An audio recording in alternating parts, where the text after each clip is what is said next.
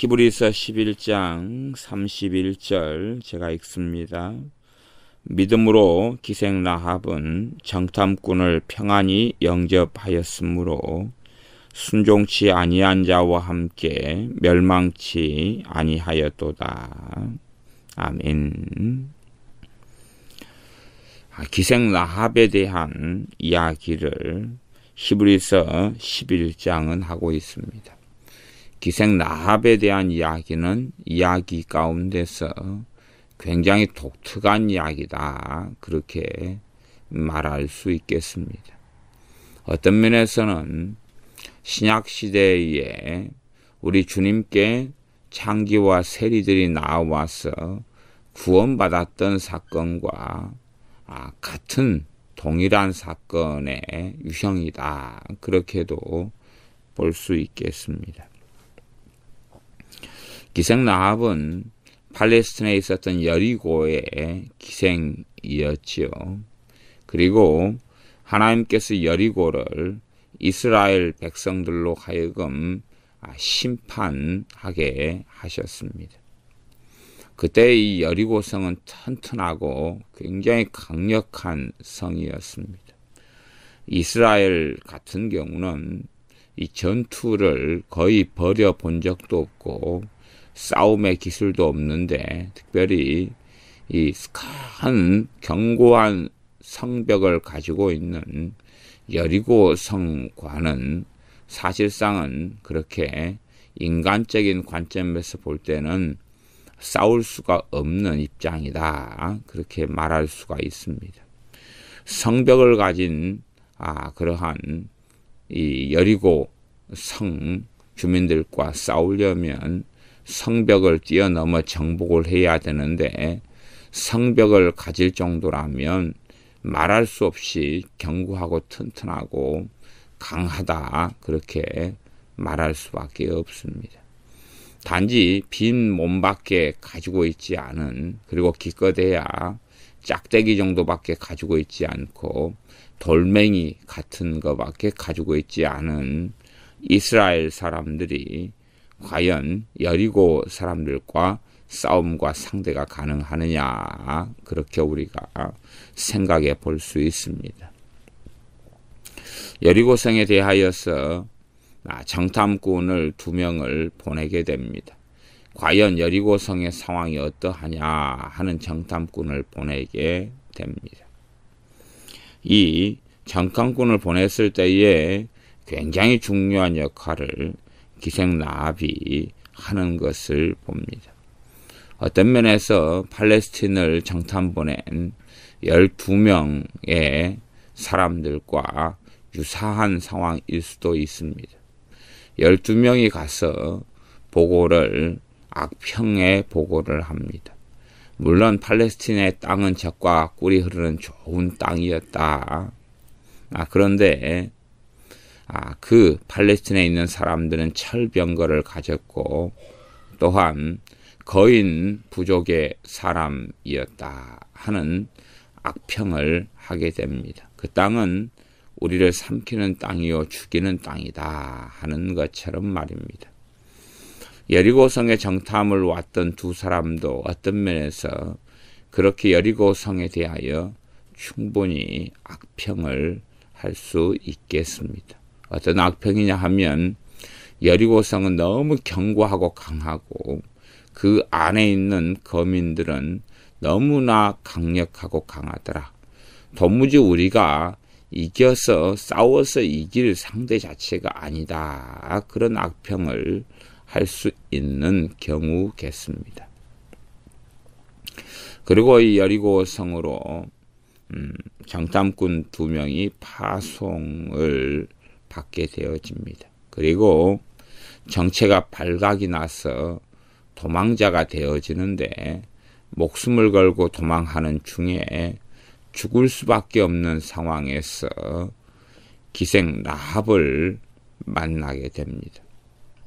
그리고 자세한 내용이 성경에서는 언급되지 않았는데 어쨌든 어떤 사정으로 어떻게 했는지는 몰라도 기생 라합에게 자신들의 신분을 이야기했던 것이고 그리고 기생 라합은 이 여리고성의 입장에서는 배신자, 배역자, 반역자의 길을 걸어가게 되어집니다. 여리고성 사람들은 익히 이스라엘 백성을 통하여서 하나님께서 어떻게 일하고 계신가를 듣고 있던 거민의 사람입니다. 또한 여리고성을 단지 이스라엘 백성들은 점령해야 되는 상황은 결코 아닙니다. 여리고성에 대한 점령이다 생각하면 착각이고, 여리고성의 소돔과 고모라 성처럼 하나님의 진노가 임하여 있는 것입니다. 그래서 여리고성을 완전히 회파하고 무너뜨려라 하는 하나님의 명령이 있습니다. 심지어는 여리고성에 있는 그 모든 것을 진멸하고 없애라, 꼭 아말렉을 진멸하고 없애라 하는 하나님의 명령처럼 하나님의 심판이 명하여집니다. 어떤 면에서 이스라엘 백성들이 이 팔레스틴에 입성하여서 벌이는 전쟁은 대부분이 심판 전쟁입니다. 하나님의 심판을 이스라엘 백성으로 하여금 수행하게 하시는 심판의 전쟁입니다. 과거에 아브라함 때에 하나님께서 아브라함에게 팔레스틴을 유업으로 주리라 말씀하셨고, 그때 아브라함은 하나님께 제사를 지냈습니다. 그리고 하나님께서 아브라함의 제사를 통하여 이 아브라함과 팔레스틴을 달아보실 수밖에 없었습니다. 그러면서 하시는 말씀이 아직은 때가 아니다라는 것입니다. 그리고 이 가나안 땅 사람들의 죄가 그렇게 아직은 극심하게 되지 않았다. 그렇기 때문에 가나안 땅 팔레스틴을 아직은 유업으로 받을 수 없다. 400년 정도나 지난 다음에야 그게 가능할 것이다. 다시 이야기하면 이 팔레스틴에 있는 사람들의 죄가 여리고성 정복할 때쯤, 여리고성을 공격할 때쯤 되기 전에 이미 죄가 하늘에 닿았고 극에 이르렀다 하는 것을 생각해 볼 수가 있습니다. 일반적으로 성경의 내용과 상식상 이 정도가 되어지면 여리고성 사람들의 가운데 소돔과 고모라 성처럼 동성애 등의 죄도 만연해 있을 수 있다는 생각도 해봄직합니다. 놀라운 것은 이 팔레스틴에 살고 있는 사람들이 하나님에 대하여 듣고 있었다 하는 것입니다. 하나님에 대하여 듣고 있었다. 사실상은 이 아브라함 시대만 살펴보아도 팔레스틴에 있는 사람들이 하나님을 알고 하나님을 섬겼던 사람들이라는 것을 알 수가 있습니다. 아브라함 때까지만 해도 전 세계 사람들이 하나님께 대하여 배도와 배교의 길로 들어서고 있는 중이었지, 하나님에 대하여 전혀 모르는 시대가 되지는 않았습니다. 왜냐하면 다 하나님을 경외했던 노아의 후손들이 지구상에 흩어져 있는 것이기 때문에 그러하고, 아브라함 때에 이 팔레스틴에 있는 살렘 왕이 바로 우리가 잘 아는 유명한 멜기세덱이기 때문이기도 합니다. 또한 아브라함의 아내인 사라를 끌고 갔던 그러한 왕도 하나님에 대하여 이미 알고 하나님을 섬기고 있었던 왕이라는 것을 알 수가 있습니다. 그래서 하나님께서는 아브라함은 바로 내 선지자다라고 꿈에 왕에게 이야기하고 하나님께 잘못을 빌게 되어지는 일도 있었습니다. 그러하니 팔레스틴에 있는 사람들이 하나님을 섬기고 믿어왔다가 이 430년 후에 또한 더 지나서 40년 광야 시간이 더 지나고 470년 그 시간들이 더 지나서 그들은 완전히 하나님에 대하여 배도하고 배역하며 하나님께 완전히 등을 돌리는, 하나님께 등을 돌릴 때 나타나는 이 배도에 대해서 나타나는 가장 극심한 일이 바로 죄악의 관영이며 하나님의 진노와 심판을 불러올 수밖에 없는 일이 되어집니다. 그래서 이스라엘을 통하여서 하나님께서는 이 가나안 땅에 대한 심판을 행하시는 것입니다. 그리고 가나안 땅에 대한 심판을 하나님께서 친히 하실 수 있음에도 이스라엘 통하여 심판하시면서 얼마나 죄에 대한 하나님의 진노가 심각한지를 알려주시는 그러한 것이 되기도 합니다. 그래서 여리고성이나 팔레스틴에 대한 단지 정복전쟁이 아니라 하나님의 심판을 수행하는 심판전쟁이 팔레스틴을 정복하는 것이 되어지고 여리고성에 대하여 어린아이들까지라도 다 진멸하라는 정말로 섬뜩하고 무서운 명령을 하나님으로부터 듣게 되어집니다. 단지 포로로 잡으라, 지배하라, 다스려라 하는 것이 아니라 다 죽여라 하는 것이었습니다. 그리고 여리고성은 이제 그 명령을 들으면서, 그런 이야기를 들으면서 방비하게 됩니다. 물론 하나님께로부터 자신들을 다 진멸하라는 것, 그런 명령까지는 알지 못하지만 자신들을 보호하기 위해서 싸움의 준비를 여리고성은 할 수밖에 없습니다. 그리고 여리고성은 강력한 성이고 그 안에 있는 거민들도 아주 강력한 거민들이 되어집니다. 튼튼한 마을일수록, 강한 마을일수록 성을 튼튼하게 쌓고 방비하는 것을 우리가 알 수가 있습니다. 놀랍게도 이 여리고성에 있는 모든 사람들이 죽임을 당하고 멸망을 당할 때에 이 기생 라합이라는 사람은 살아나고 라합의 가족들도 살아나게 됩니다. 왜냐하면 기생 라합이 함께 사는 여리고성 사람들을 배신했기 때문에 그렇습니다.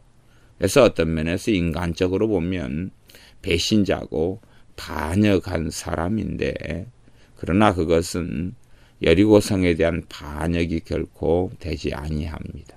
왜냐하면 전능하신 하나님에 대하여 어떻게 행하느냐가 참된 반역이냐 그렇지 않느냐의 문제를 판가름할 수밖에 없고, 참다운 하나님에 대한 반역이냐 그렇지 않느냐 할 때에 기생 라합은 하나님께로 돌이키고 돌아선 사람이기 때문에 그렇습니다.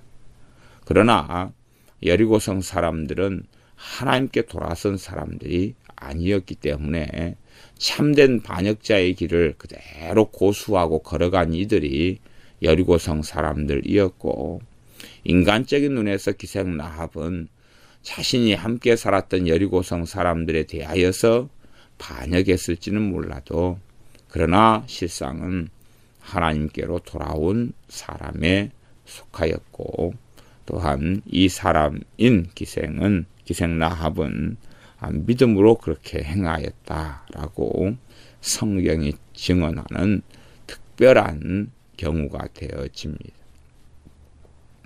사람의 직업 가운데 가장 비참하고 천대시 받는 이 직업이 이 기생이라는 직업이 되어집니다. 그리고 이 기생 라합은 정말로 놀라운 사람이 되어지는데, 나중에 이 기생 라합이 어디에 등장하게 되어집니까? 예수님의 족보에 등장하는 것을 우리는 알 수가 있습니다. 이 기생 라합이 믿음으로써 정탐꾼을 평안히 영접하였다. 정탐꾼을 평안히 영접하였다. 정탐꾼들이 여리고성을 정탐할 때에 가장 일반적으로 정탐하고 들기가 좋은 장소가 술집 같은 데죠. 여관, 여인숙, 술집. 이 기생나합은 아마 이러한 이 술집인데 잠도 함께 제공하는 그런 곳이었지 않나 싶습니다. 여관 같은 것도 겸하는 어떤 그런 양상이지 않나 싶습니다. 그러니 어떤 마을이나 장소를 정탐하려면 최고 좋은 것이 술 마시는 술꾼들이 있는 자리가 좋지 않습니까? 그래서 과거에 어떤 곳을 정탐하려면 술집에서 정탐을 했습니다. 한국식으로 이야기하면 막걸리집, 또 막걸리집이 과거에 함께 식사도 하고 잠도 자는 그런 곳이었죠. 과거 이 드라마나 연습곡을 보면 암행어사 박문수라든지 이런 것을 보면 우리나라도 그 주막에서 잠을 자면서 술을 마시고 음식을 먹으면서 그런 데서 사람들의 말을 통하여 정탐을 하여서 이 탐관오리인 사또를 잡거나 하는 그런 것을 보는 것처럼 이 정탐꾼들도 여리고성에 자연스럽게 스며들려면 여관이나 또한 술집이나 이런 주막 같은 데로 들어갈 수밖에 없는 것입니다. 거기에 들어가서 정탐하다가 정체가 탄로나고 말지요. 그리고 그런 가운데서 그 기생나합에게 자신들의 정체를 이야기하게 되어지고 숨겨 주는 그런 일이 되어집니다. 기생나합은 정탐꾼을 평안히 영접하였다. 정체를 이 어지간한 술집 여자라면 정말로 자신이 함께 사는 여리고성 주민과 이스라엘 백성들의 차이를 익히 잘 알고 있을 수밖에 없을 것입니다. 또한 기생나합이 기생인데 어리석고 무지한 사람이 아니라 믿음의 사람이었다. 어떤 면에서 기생나합이 술집 또 몸을 파는 그러한 기생이었느냐 아니었느냐 하는 논란이 좀 있는 건 사실입니다. 그러나 성경 그대로 딱히 몸을 파는 이런 여자였느냐 단지 그냥 술집의 여자였느냐. 기생도 종류가 많거든요. 기생도 자신의 음악을 팔거나 자신의 이 악기 연주하는 재주나 노랫가락을 파는 그러면서 술만 파는 기생도 있고 또한 이 창기들처럼 자신의 몸까지도 어떻게 하는 그런 기생도 있습니다. 어떤 양상에 속했는지까지는 우리가 다 알 수는 없습니다. 그러나 기본적으로 기생의 일이라는 것이 과거에는 그렇게 칼로 나누어지는 것처럼 분리되어 있지 않아서 이 모든 것을 다 함께 할 수밖에 없는 것이었지 않나 하는 것이 일반적인 이해가 되어집니다. 믿음으로 기생나합이 정탐꾼을 평안히 영접하려면 기생나합 안에는 실상은 하나님에 대하여 아는 것이 있어야 됩니다. 하나님에 대하여 들은 것이 있어야 되며 하나님의 말씀이 그녀에게 들려와야 됩니다. 그런데 그녀에게 이 하나님의 말씀이 들려왔었다 하는 사실입니다. 그리고 기생나합은 기생의 일을 함에도 불구하고 그 기생나합의 심령 속에 믿음이 어느 때부터 있기 시작했다 하는 것입니다. 그러한 신비에 대해서 우리가 다 알지 못하지만 정탐꾼을 영접하고 또한 정탐꾼을 숨겨 주었을 때에 실상은 자신의 목숨을 건 것과 똑같습니다. 자신의 목숨을 걸어서 정탐꾼을 지붕에 숨기고 지붕의 자루 속에 숨기고 넣어서 그들을 보호합니다. 그리고 피신을 또한 시키게 되어집니다. 이 일련의 모든 것들이 단지 인간적으로 기생나합이 행한 것이 아니라 믿음으로 행하였다 하는 것입니다. 이렇게 한 구절로 믿음으로 기생나합은 정탐꾼을 평안히 영접하였으므로 순종치 아니한 자와 함께 멸망치 아니하였도다. 그러면 여리고성 사람들은 어떤 사람들이었다고 성경이 말씀합니까? 순종치 아니한 자들이었다. 그렇게 말씀합니다. 믿음과 순종에 대한 이야기가 이 히브리서 11장 31절에 단적으로 나와 있습니다. 믿음과 순종이 뗄래야 뗄 수 없구나. 믿음으로 기생나합은 정탐꾼을 영접하였다. 믿음이 있기 때문에 정탐꾼을 영접하는 순종이 가능하더라 그 말이지요. 나아가서 여리고성 사람들은 믿음이 없기 때문에 하나님의 말씀 앞에 엎드리는, 하나님을 경외하는, 하나님을 따르는 순종을 하지 않았다 하는 그런 것입니다. 포도원 주인에게 두 아들이 있었는데 큰 아들은 포도원에 가서 일하라 하는 아버지의 말씀에 예 그러하겠습니다 그렇게 했고, 둘째 아들은 안 할랍니다, 일 안 할랍니다 했는데 조금 후에 큰 아들은 일하겠다고 해놓고 실제적으로는 순종하지 않아서 일하러 가지 않았고, 둘째 아들은 말은 하지 않겠다고 했지만 조금 있다가 뉘우쳐서, 다시 말하면 회개하여 아버지의 말씀에 따라 포도원에 가서 일했다 그런 것입니다. 그나들은 말밖에 없는 순종, 사실상 불순종이죠. 입으로만 아버지의 말씀을 따르는 것처럼 해놓고 실제적으로는 불순종하였고, 둘째 아들은 맨 처음에는 아버지에 대해서 불순종하고 불신앙하였으나 결국은 회개하고 아버지의 말씀에 따르는 순종이 있었습니다. 이스라엘 백성에 대하여 히브리서 말씀은 이야기하기를 그들은 믿지 아니함으로 꺾이었다. 또한 그들은 순종치 아니함으로 하나님의 심판을 받아 멸망하였다 라고 말씀합니다. 그러면서 남은 자들만 남게 되었다. 하나님의 긍휼을 따라 남은 자들만 남고 그루터기만 남게 되었다.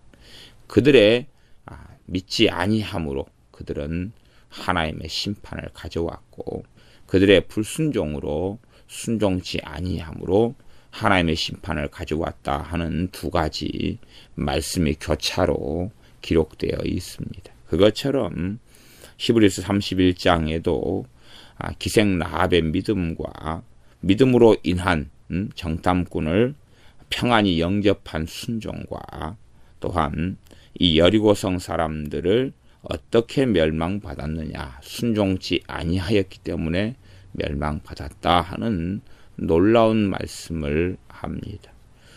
그래서 이 야고보서 2장에서는 믿음이 있는 사람은 행함이 따른다. 나아가서 행함은 순종인데 그 행함이 없는 믿음은 죽은 믿음이고, 행함이 없는 믿음으로는 사람이 구원받을 수 없다라고 말씀하는 것과 동일한 이야기가 이 31절에 있는 기생라합의 믿음이 되겠습니다. 참으로 기생라합은 자신이 믿음이 있다는 것을, 자신의 목숨을 걸고 죽으면 죽으리라 하는 목숨을 건, 그러면서 정탐꾼들을 숨겨준 순종을 통해서 그녀의 믿음을 증명하였고 입증하였던 것입니다. 단지 말뿐만의 믿음이 아니었습니다. 그리스도인의 참된 믿음은 그 사람에게 성령 하나님이 임하시게 되고, 그래서 사람이 물과 성령님이 아니면 거듭날 수 없다.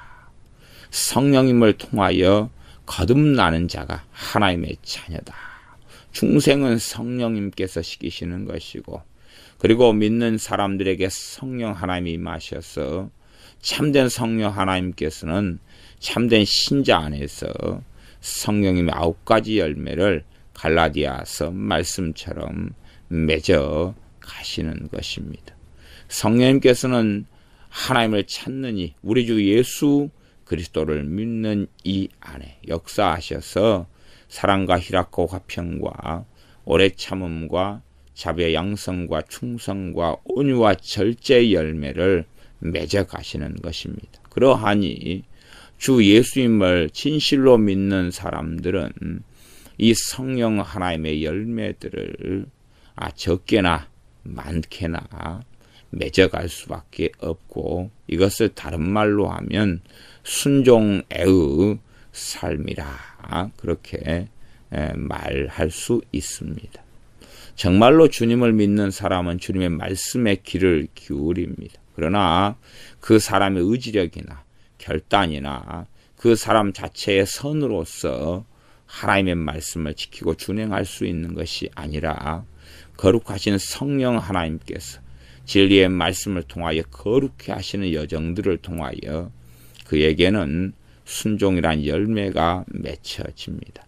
홀로 사람들을 고아처럼 두지 아니하시고 주님의 영으로서 임하신 그러한 성령 하나님을 통하여 주 예수 그리스도 안에 있게 되고 주님과 함께 동행하며 주님을 따르는, 주님의 말씀을 준행하는 능력을 얻게 되어집니다. 기생라합은 믿음으로써 정탐꾼을 평안히 영접하는 순종의 열매를 맺었습니다. 그리하여 심지어는 그녀의 목숨을 걸고서 하나님의 사람들인 이 정탐꾼들, 하나님의 명령을 듣고 여리고성을 정탐하러 온 이들을 숨겨주었고, 그로 인하여 기생라합은 자신의 믿음으로 인하여 자신만이 아니라 자신의 가족들의 목숨까지도 살리게 됩니다.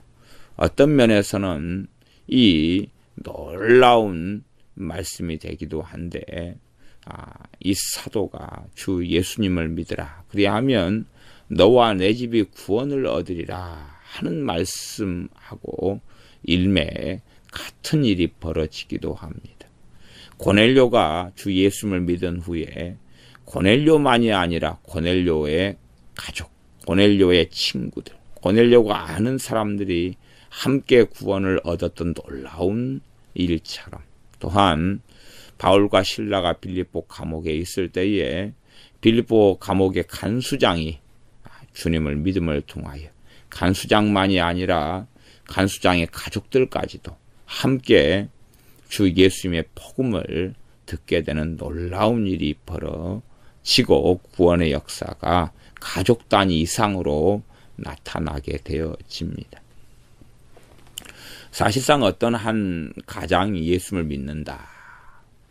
그러면 그 가장이 자신의 친구들, 일가 친척들, 자신의 가족들을 다 모아놓고 주 예수님을 나와 함께 믿자라고 초청한다면 그 초청에 응할 만한 가족들이 요즘 세상에 얼마나 있겠습니까? 아마 거의 믿으려면 당신 혼자 믿어라 그럴 것입니다. 정말로 가장을 존중하고 존경하고 정말로 친구를 존중하고 존경하는 경우에야 그 한 사람의 회심과 주 예수님을 믿는 그 믿음이 다른 이들에게까지 그들의 하나님에 대하여 마음을 열고 주 예수님에 대하여 마음을 열고 주님을 만나게 되는 놀라운 구원의 역사가 나타나게 되는 것입니다. 그렇듯이 기생라합 한 사람의 믿음을 통하여 그의 기생라합의 가족들이 다 모일 정도라면 우리가 기생라합에 대하여 단순한 편견으로 생각할 이상의 일이 기생라합에게 있었다라는 것을 알 수가 있습니다. 말하자면 기생라합은 그의 가족들에게 존경받는 삶을 살았다 하는 추측을 해볼 수가 있습니다. 가족들에게 손가락질 받는 그런 여자에 불과했던, 기생이고 술집 여자고 천대시 받고 그래서 손가락질을 받는 사람이라면 그렇다면 아마 가족들은 친히 이 배신자, 여리고성의 배신자인 기생나합을 고발하고 고소해 버렸을 것입니다. 시기와 질투를 받고 미움을 받는 사람이라면 기생나합이 가족들에게 모이라고 이야기하고 그들을 보호하기 위하여 한 이야기가 오히려 가족들로 하여금 기생나합을 죽이도록 할 수밖에 없는 것이 될 겁니다. 그러나 기생나합의 믿음이 백부장 고넬료처럼 또한 빌립보 감옥의 간수장처럼 그의 믿음이 가족 전체의 믿음이 될 수 있었던 것은 그들이 형제와 가족들에게 친구들에게 존경받는 삶을 신뢰받는 삶을 살았기 때문에 그러하다는 것을 볼 수가 있습니다. 그래서 기생나합의 삶이 그가 비록 기생이었다 할지라도 그의 삶이 정말로 아름다운 삶의 열매를 맺어 갔다는 생각을 해볼 수가 있습니다. 그리고 기생나합은 기생의 일을 하고 살아왔지만 그 안에 하나님의 말씀을 간직했던 사람이 되어집니다. 그리고 하나님께서 이 기생나합의 믿음과 믿음의 결과인 믿음의 증명인 순종을 통하여 기생나합만이 아니라 기생나합의 가족들까지도 구원받게 되어집니다. 여리고성이 왜 하나님의 심판을 받느냐 하면 그들은 순종치 아니한 자였기 때문에 그렇습니다. 순종치 아니했다 하는 것을 성경은 여리고성 사람들에 대하여 이렇게 31절에 쓰지만 실제로 더 많은 경우에는 이스라엘 백성들에 대하였습니다. 그러므로 여리고성 사람들도 순종과 불순종을 이야기하려면 하나님의 말씀을 들어야지만이 순종과 불순종을 이야기할 수가 있습니다. 하나님의 뜻을 알게 되어야지만이 순종과 불순종을 이야기할 수 있는 것처럼 여리고성 사람들은 과거에 하나님에 대하여 알았던 사람들이나 하나님께 등을 돌렸던 하나님에 대한 배교자이었다 하는 것을 그들에 대한 순종치 아니한 자다, 순종치 아니한 자들이다 하는 것을 통하여 알 수가 있습니다. 그러므로 진실로 멸망받는 사람들이 누구냐? 대부분의 유대인들, 대부분의 이스라엘 사람들이 불순종하고 하나님을 믿지 아니하고 우리 주 예수를 믿지 아니함으로 멸망받았던 것처럼 순종치 아니한 자들이 멸망받게 되어집니다. 그것은 신약이나 구약이나 동일한 사건이라는 것을 알 수가 있습니다. 단지 샌드맨주의처럼 입으로만 주님을 믿는다 하고 그의 삶이 순종으로 나아가지 않는다면 그의 믿음은 가짜 믿음일 수밖에 없습니다. 그러나 그가 정말로 주 예수님께 회심하고 돌아왔다면 성령 하나님이 그에게 역사하실 것이고 그리고 그런 말미암아 성령님을 따르는 삶, 성령님의 인도받아 살아가는 삶으로 생명의 성령님의 법이 그에게 나타나며 율법의 요구가 만족되어지는 로마서 8장의 말씀이 이루어지고 그는 불순종한 사람들의 무리 속에서 하나님의 눈에 발견되지 아니하고 아브라함처럼 믿음의 사람 또한 믿기 때문에 순종하는 사람들이 되어지게 될 것입니다. 기도하겠습니다. 아버지 하나님, 기생나합의 순종의 놀라운 삶을 우리가 성경을 통하여 봅니다. 또한 여리고성 사람들의 순종치 아니함으로 멸망받았던 사건을 봅니다. 마찬가지로 가버나움과 고라신과 베스다 사람들이 주님의 놀라운 권능을 그 누구보다도 많이 경험하였지만 그들은 회개치 아니하였고 주 예수님께 돌아오지 아니하였고 자신들의 삶을 돌이키지 아니함으로 무서운 심판의 선고를 우리 주님께 받았던 것처럼 여리고성 사람들이 그렇게 순종치 아니함으로 하나님의 심판과 멸망을 받을 수밖에 없었으나 그리하여 여리고성을 다시는 재중건하지 못하게, 중건하는 자들은 기초를 놓을 때에 장자가 죽을 것이고 성문을 달 때에 막내 아들이 죽을 것이다 하는 이러한 하나님의 심판의 예고까지 여호수아를 통하여 하게 하심을 우리가 또한 들을진대, 하나님의 여리고성 사람들에 대한 진노가 하늘에까지 닿았다는 것을 살펴보나 그 가운데 기생 라합이 믿음으로 하나님 앞에 머물렀고 믿음으로 정탐꾼을 영접함으로 그녀만이 아니라 그녀의 가족들까지 구원하는 놀라운 믿음을 살펴볼 때에 참으로 우리가 이렇게 믿음으로 때로는 죽으면 죽으리라 하는 길을 걷게 하시며 믿음을 통하여 도무지 불가능한 일에 하나님을 신뢰함으로 하나님을 의지하여 때로는 불가능을 넘게 하시며 하나님을 의지하여 기적을 보게 하시며 하나님 아버지를 신뢰함으로 우리 주 예수님의 이름으로 담대히 하나님의 은혜의 보좌 앞에 나아가서 때를 따라 돕는 은혜를 충만히 우리의 믿음을 통하여 누리게 하시며 단지 우리의 믿음이 입술만의 믿음이 아니라 참으로 믿기 때문에 내가 말하노라 우리가 말하노라 했던 것처럼 믿음을 통하여 우리의 마음이 바뀌고 생각이 바뀌고 감정이 바뀌고 믿음에 따라서 우리의 입술의 말이 바뀌고 걷는 걸음이 바뀌게 하여 주시옵소서. 예수님의 이름으로 기도하옵나이다. 아멘.